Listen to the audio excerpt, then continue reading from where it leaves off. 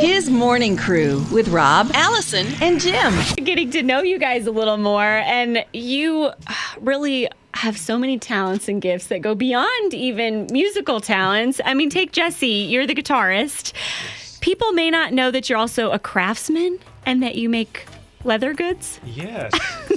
Wow, yeah, I do. It's called Lotus Leatherworks, and I adopted the Lotus symbol when I lost my mom to cancer about 8 years ago now, and she loved flowers. She had a green thumb, and I just thought like the lotus really symbolized who she was, and as a person, and so I decided to go with that as a logo. But it's called Lotus Leatherworks.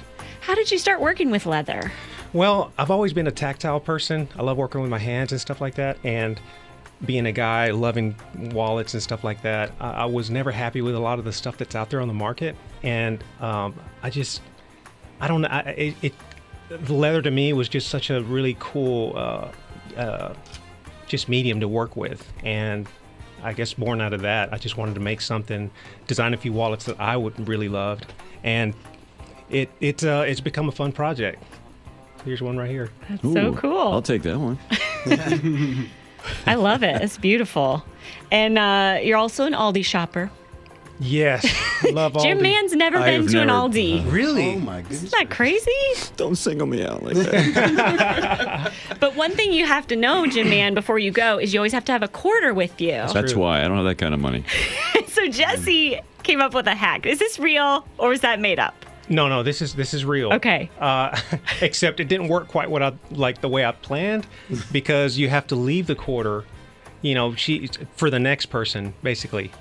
Oh, so your keys were okay. Explain exactly. to people what you did. So well, I took a quarter because you need a quarter to have to get your buggy out. Yeah. And then when you return the buggy, it releases a quarter again. But except when you go to the store, do your shopping, you have your quarter, and then you leave that buggy and you take the other buggy. Right, so you end up with a different one. Yes. So your keys were attached to Yes, your quarter. so- Oh no, I didn't think about that. Well, now you're not the genius I thought you were. Wow. Small little miss detail there. Yeah. Let me move in here then. I don't. Now that you've done that, Steven, new guy, That's me. Now that I've done that. or Bob. Or Bob, Now you've been married 6 years now, right? Yes, sir. That's good. Congratulations. Well, thank you.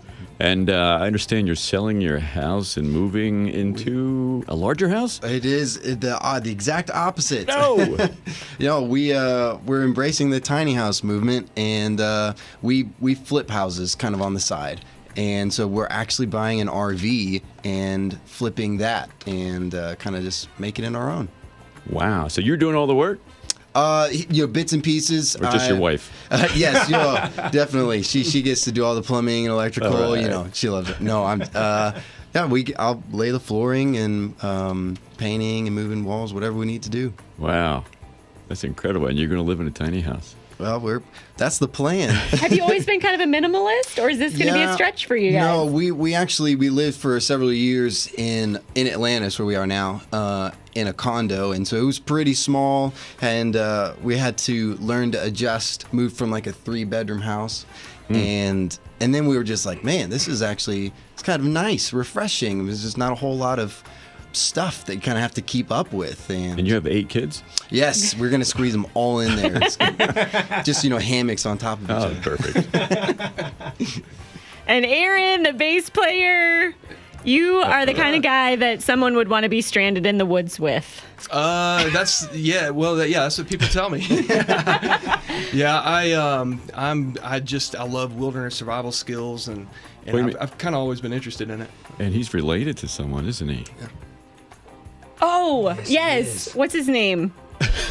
Daniel Boone. Daniel Yeah. Boone. What's his name? That's right. Sorry, I didn't have it he's written a down. Descendant through my on my mom's side. My great grandmother, great grandmother, who all lived to be like 100.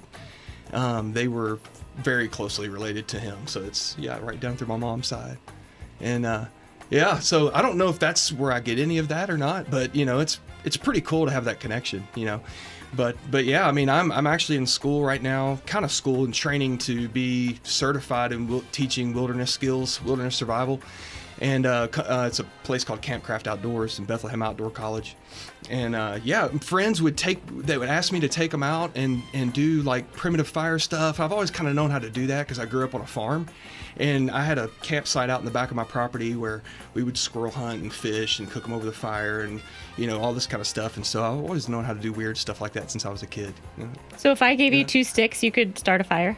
Depending on what type of wood it was, yes, I could. Wow. Don't do that in here, Alistair. Yeah. We frown on fire in here. Okay.